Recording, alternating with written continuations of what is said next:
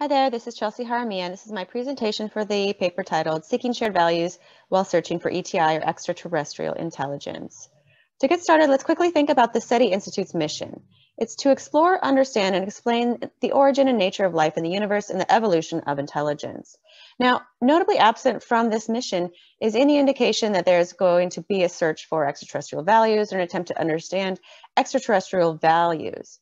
So here's a claim to consider. Humans and extraterrestrial intelligence will share some ethical values.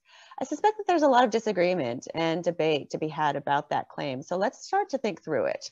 Now consider the following two claims. Claim one says life, and specifically intelligent life, is the kind of thing that we can hope to find out in the cosmos because life and intelligence are not things that humans just made up. Claim two says values, and specifically moral values, are the kinds of things that we can hope to find out in the cosmos because values and morality are not things that humans just made up. Now, I suspect that there's a lot of folks who are on board with one already, especially a lot of SETI scientists, astronomers, folks who are out there searching for ETI. There is some reason to think that it really exists objectively out there for us to find. At the same time, I bet there's a lot of folks who are deeply skeptical of claim two here. The idea that values are not just human construct, right? So my suspicion is that there are a lot of folks who will say, claim one, I'm on board. Claim two, a lot of doubt, a lot of skepticism, or I might think it's outright false. Now, what I want to say is that these two claims actually stand and fall together. And I want to say that the skepticism that one would have about claim two can be equally applied to claim one. And if despite this skepticism, we're on board with a project of searching for life and intelligence because we believe that it is the kind of thing that might truly objectively exist out there in the cosmos, then on pain of consistency, we have equally good reason to search for extraterrestrial values as well. So why might we think that there is life and intelligence out in the cosmos? Well, one reason is that, well, it evolved here on Earth. And its evolution here on Earth is some evidence that it could evolve elsewhere, that we could find life and intelligence evolved on some other corner of our galaxy, perhaps. Now, on the other hand, perhaps our values are a product of evolution. And some people think, well, that's reason to think that we don't share ethical values, or we won't be able to discover overlapping or universal ethical values out in the cosmos, right? Because they're actually merely products of our evolution. So what I want to do is take this earthly evidence of what evolved on Earth and apply it consistently. And to do that, let's think through the role that evolution might be playing here. Now, perhaps what we think of when we think of life and intelligence are not the kinds of things that we can expect to find beyond Earth, where things may have evolved differently. The mere fact that life and intelligence evolved here isn't proof that it evolved elsewhere. In fact, it's not certainty at all, in the same way that a lot of people think, well, the fact that we evolved to have values doesn't mean that anybody else did out in the cosmos, right? But we don't notice this and say, well, I guess we should stop looking for intelligent life. There's a reason to be skeptical, but we don't abandon the search. Now, if the search for intelligent life is justified because there's at least some evidence here on Earth that it's the kind of thing that evolves in the universe, nope, the very same thing can be said of values. Values evolved here on Earth, and they're the kind of thing that could evolve elsewhere. And so these evolutionary explanations leave open the role that evolution is playing. And so one might still come in and say, I can believe claim one and reject claim two, because evolution is actually playing a different role in each of these things, right? So here's a couple of accounts of the role of evolution. So either we evolved to be capable of recognizing certain objective facts about the world, that's what I call accurate perception, or we merely have subjective facts about the world and are evolving the way we did, generated those beliefs, but they're not objectively true. And I call that mere adaptation. And so with an example of accurate perception, our evolving the capacity for sight is what causes us to be able to correctly, objectively recognize objects as near and far. So if you're looking at real donuts, the small ones would be further away, the near one much closer. And our evolution allowed us to correctly apprehend that objective fact.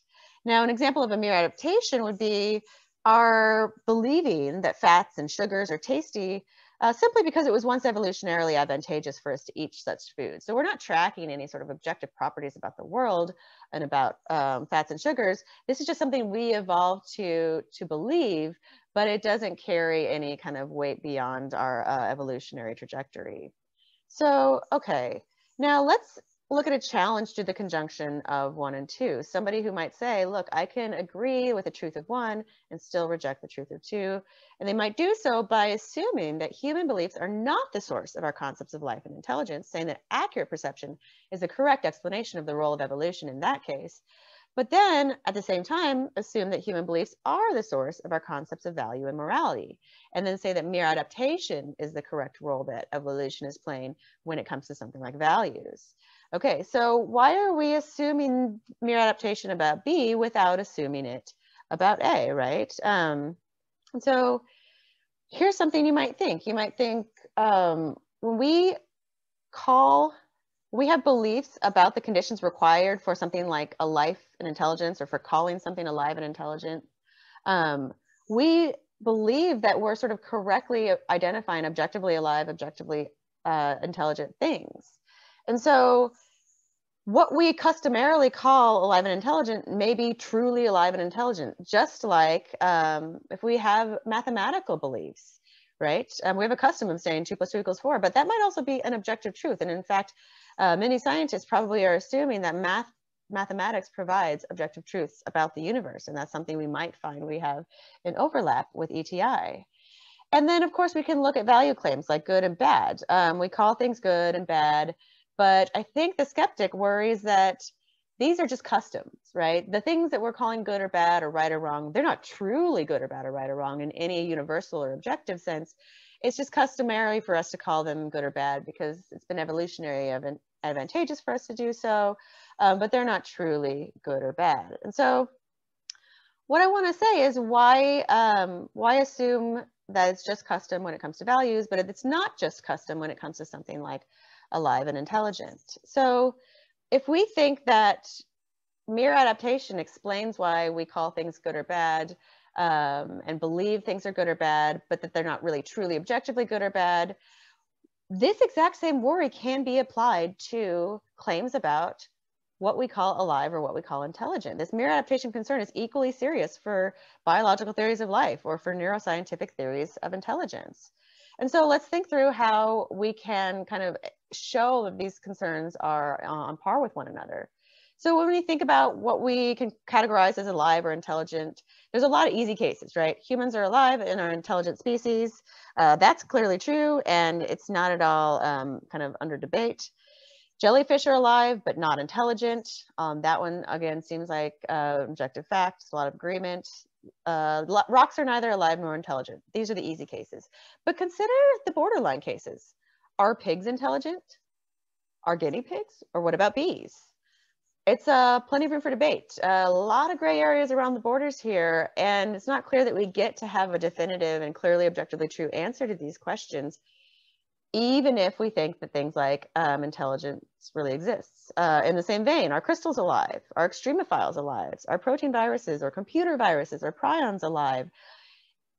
We don't have a perfect concept of being alive or being intelligent that accurately captures every single thing we want to capture and excludes everything that's not alive and not intelligent.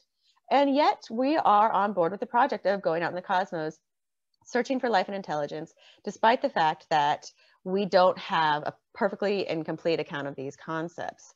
So now I want to think along the same lines about values. Lots of people worry that there's a lot of uncertainty about values. There's maybe gray areas. But consider the following claims here. Gratuitous suffering is bad. That's a value claim. Joy is good. Another value claim. These aren't gray area claims. These aren't really borderline. These are kind of clear-cut, very, like, at least intuitively obviously true claims about which there's not a lot of disagreement. There's not a lot of debate. These are the easy cases. Values and morality has claims that are easy cases, just like we see with intelligence and life. And then, of course, there are the more gray area cases, right? Is it bad to lie to produce a better outcome? Gosh, there's a lot of debate about that. Is it good to give aid to some when others need it more? There's not a clear-cut answer. So we don't have like a perfect account of what values are or what exactly it is we should or shouldn't be doing, just like we don't have a perfect account of what it means for something to be alive or what it means for something to be intelligent.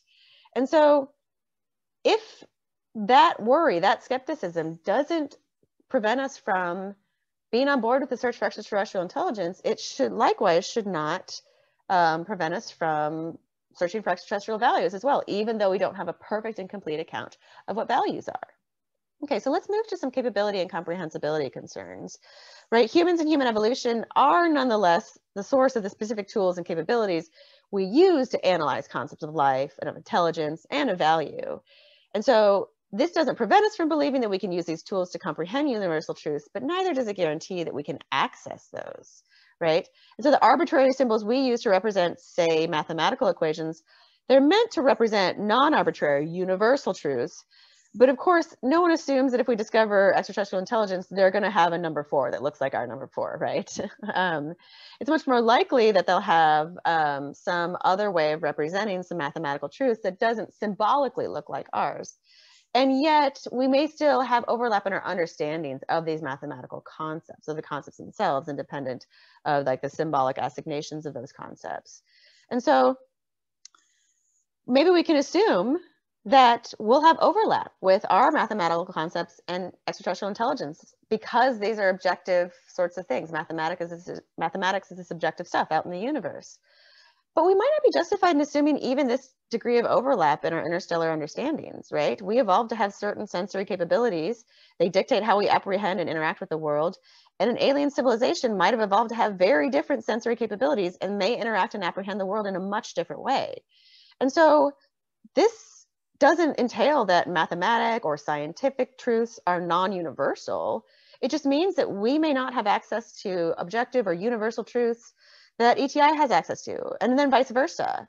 And it doesn't make these truths just mere relative truths. It just means that we might have access to 2 completely distinct kind of subsets of universal or objective truths. And so we might both be accessing universal truths that are inaccessible to the other. And this is true if we're thinking about values. This is true if we're thinking about life and intelligence. This is true even if we're thinking about mathematics.